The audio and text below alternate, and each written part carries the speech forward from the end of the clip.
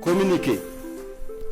Il y a quelques semaines de cela, les services de renseignement ont intercepté plusieurs communications entre un individu et des chefs terroristes portant sur des détails des positions des forces de défense et de sécurité intérieure, des volontaires pour la défense de la patrie, ainsi que sur les opérations militaires. Après analyse technique approfondie, l'individu est identifié au nom de Bahari Abdraman et se trouve être un officier des forces armées burkinabé. Il est identifié appartenant au bataillon de justice militaire. La recherche d'informations sur lui dans son corps d'appartenance va permettre aux agents de renseignement de découvrir que l'officier est en situation d'absence irrégulière depuis quelques semaines et fait l'objet de procédures pour désertion. La surveillance des communications du lieutenant déserteur Bahari Abdraman va donner des liens supplémentaires qui vont intéresser les services de renseignement, notamment avec un officier des forces armées du nom de Compaoré Joani, un ancien sous-officier de l'armée burkinabé du nom de Zerbo Laoko, un officier en service au Centre intégré des opérations du Burkina Faso, le commandant Ouedraogo Frédéric, un officier des forces armées en stage dans un pays européen, mais déserteur depuis un bout de temps et ayant rejoint Abidjan du nom de Kaboré Constantin.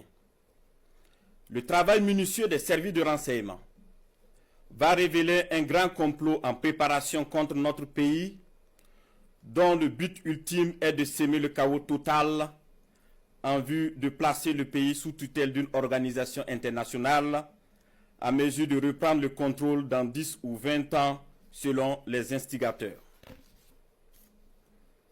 Des informations sensibles ont été passées aux terroristes en vue d'accentuer les attaques contre les forces combattantes et les civils dans le but de susciter la révolte contre les autorités.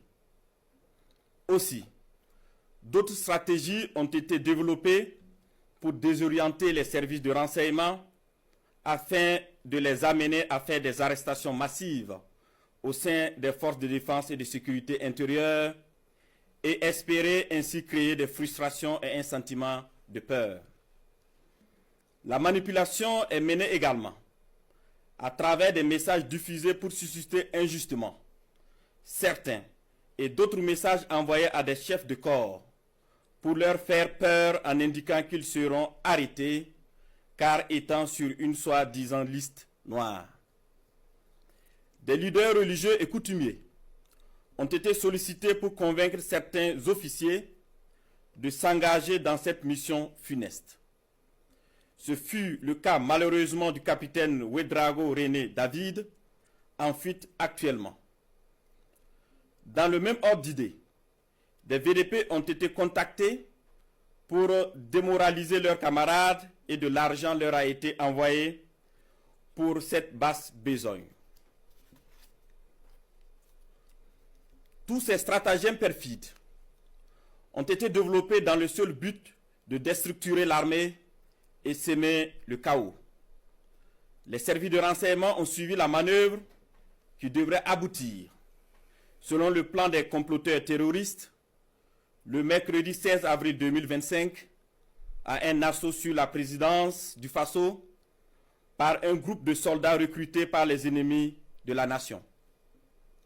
Cet assaut devrait être mené au même moment que plusieurs attaques terroristes d'envergure pour occuper les vecteurs aériens à défaut de pouvoir les détruire au sol. Quelques jours avant la mise en œuvre de ce projet diabolique, des VDP et soldats patriotes se sont présentés dans plusieurs services, notamment au renseignement et à la présidence du Faso, pour dénoncer le coup en préparation.